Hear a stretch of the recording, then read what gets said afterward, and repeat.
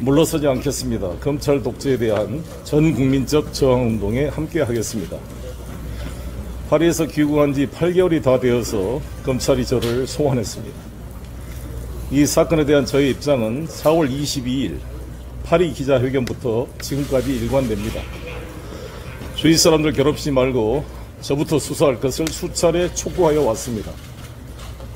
그러나 검찰은 정치적 기획 수사를 해오고 있습니다. 돈봉투 관련하여 저에 대한 증거 조작이 제대로 안 되니 저의 주변 사람 100여 명을 압수수색, 소환하여 별건 수사에 올인하고 있습니다. 증거 조작, 별건 수사, 온갖 협박 회의로 불법을 일삼는 일부 정치화된 특수부 검사와 맞서 싸우겠습니다. 검찰과 독재는 두려움을 먹고 살합니다.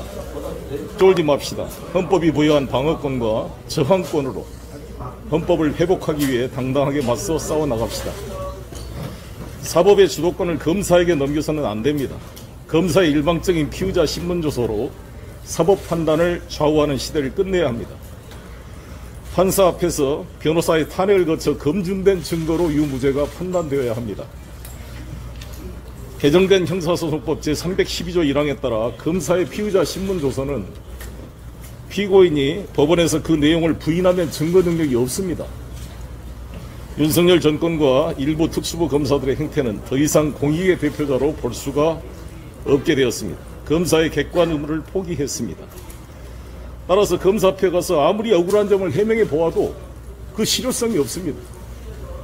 판사 앞에 가서 하겠습니다. 검찰이 100여의 압수수색으로 꾸며낸 증거를 법정에 제출하면 법정에서 다투겠습니다. 살아있는 권력에 대한 수사로 인기를 끌어 정권을 잡은 윤석열 검찰 하나회입니다. 권력을 잡으니 하이에나처럼 살아있는 권력의 하수인이 되어 죽은 고기를 찾아다닙니다. 수사가 아니라 야당과 비판 언론에 대한 표적 수사, 인간 사냥을 하고 있습니다. 관련자들을 사회적으로 고립시키고 별건 수사로 협박하여 진술을 조작하고 심지어 죽음에 이르게 하는 일들이 발생하고 있습니다. 정당 내부 잔치인 2년 전 전당대 일을 가지고 특수검사가 인지수사하여 현역 국회의원을 구속시킨 것은 헌정사상 초유의 일입니다. 범죄 혐의가 있으면 당연히 수사를 해야겠지요.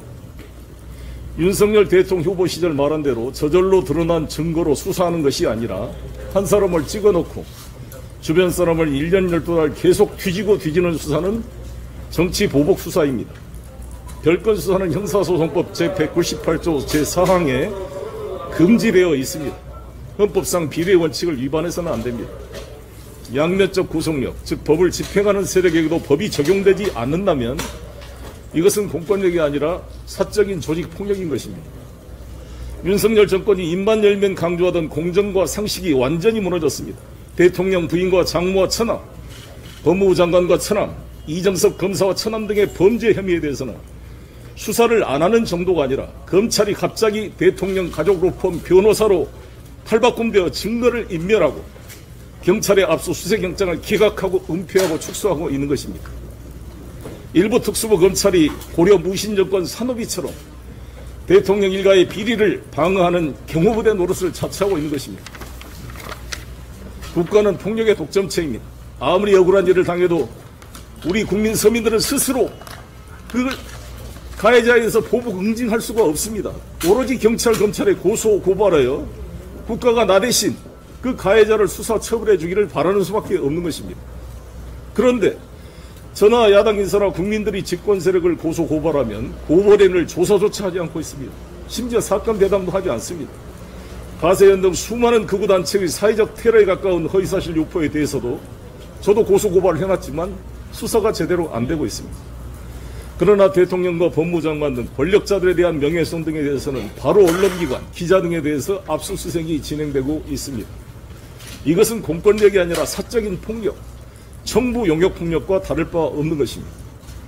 윤석열 대통령이 후보 시절 말한 그대로 검사가 수사권을 가지고 정치 보복하면 검사가 아니라 깡패라고 말한 그대로입니다. 1979년 12.12 쿠데타를 재현한 영화 서울의 봄을 보았습니다. 무능한 대통령과 국방부 장관, 우유부단한 장군들이 한 줌밖에 안 되는 하나의 사조직에 의해 완전히 무력화되었습니다. 12.12 쿠데타는 5.18 광주 시민 학살로 이어졌습니다. 민주공화국 대한민국은 조직화된 윤석열 특수부 하나의 세력에 무너지고 있습니다. 암세포처럼 국가기관을 장악한 검찰 하나회가 민주공화국의 기능을 마비시키고 있습니다. 헌법 유린이 일상화되고 정당 민주주의는 파괴되고 집권당이 사당화되고 있습니다.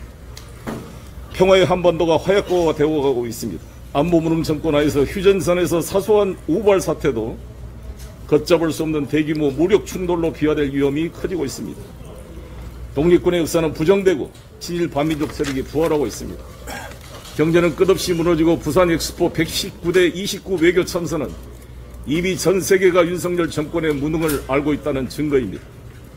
축구를 하는데 심판이 한쪽 편만 드는 정도가 아니라 아예 한쪽 편 선수로 뛰면서 11대 12의 경기를 한다면 관중들에게 그 심판은 맞아 죽을 것입니다. 선거를 앞두고 가장 공정하게 국가를 관리해야 될 대통령과 법무부 장관이 아예 국민의힘의 대변인이 되어 야당을 공격하고 있습니다. 저와 주변인들을 수사하고 있는 서울중앙지검 반부패 수사 2부는 김건희 여사 주가 조작과 코바나 컨텐츠 전시기획 협찬 의혹 등 사건을 담당하고 있는 동일한 부서입니다. 수많은 의혹에 쌓인 김건희 여사 코바나 컨텐츠를 소환 조사도 안 하고 서면 조사 2번으로 무혐의 처분했습니다. 도이치모터스 권오수 대표가 1심 유죄 판결로 실형을 받고 항소심 진행 중인데도 김건희 여사는 소환 조사는커녕 서면 조사도 안 하고 있습니다. 저희 주변 사람들에 대한 수사 10%만 하더라도 김건희 여사의 혐의는 밝혀질 것입니다.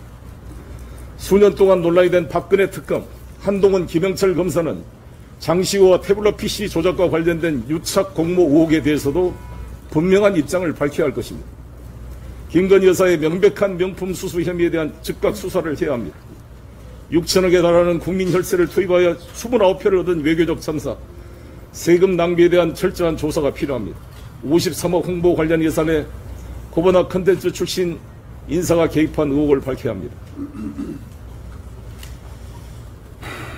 저는 변호사 오선 의원, 인천시장 당대표를 역임하면서도 전세 빌라에 살고 있습니다. 그것은 무능해서 돈을 낭비해서라고 비판하는 우익 농객도 있습니다. 그러나 저와 아내는 부동산 주식 투기하지 않고 축제하는 대신 기부하고 이웃들과 나누면서 끊임없이 공부하고 연구하며 살아왔다고 자부합니다. 저는 24년 정치를 하는 동안 특별한 계보에 속하지도 않았고 계보를 만들지도 않았고 돈도 없는 외로운 후보였습니다. 주류 세력들의 노골적인 특정 후보 지지에 맞서 당대표에 3번 도전했습니다. 자기 돈과 시간과 열정을 내서 비주류인 저를 당대표로 만들어주신 의원님들과 풀뿌리 당원들에게 감사를 보냅니다. 이번 사건으로 인해 고초를 겪은 많은 분에게 송구스러운 마음은 금할 수 없습니다. 잊지 않겠습니다. 정치검찰의 부당한 수사에 맞서 외로운 싸움을 하고 있습니다. 검찰이 서초동 편지국가 받아쓰기 일부 언론들은 검찰반 단독 뉴스로 수많은 피의 사실을 공표해 왔습니다. 앞으로도 이미 상처받은 저의 정치 사회적 명예에 흠집을 내리고 모든 방법을 강구할 것으로 생각합니다. 화살을 맞으면서도 굴복하지 않겠습니다. 많은 국민 여러분께서 응원해 주셔서 8개월을 버틸 수 있었습니다. 저 때문에 고생하신 주변 분들에게 너무 죄송합니다. 모든 정치적 책임은 제가 지고 갑니다. 검찰 독재 탄압에 물러서지 않을 것이고 피하지 않을 것이며 그래야 끝내 이기는 날까지 흔들림 없이 나아가겠습니다. 제가 마지막에 영문으로 쓴 것은 Rise and rise again until lambs become lion. 양들이 사자가 될 때까지 일어서고 또 일어서라. 로빈후드 러셀 크로의 말인데 이 말은 민주당 국회의원과 민주당원들에게 보내고 싶은 저의 메시지입니다.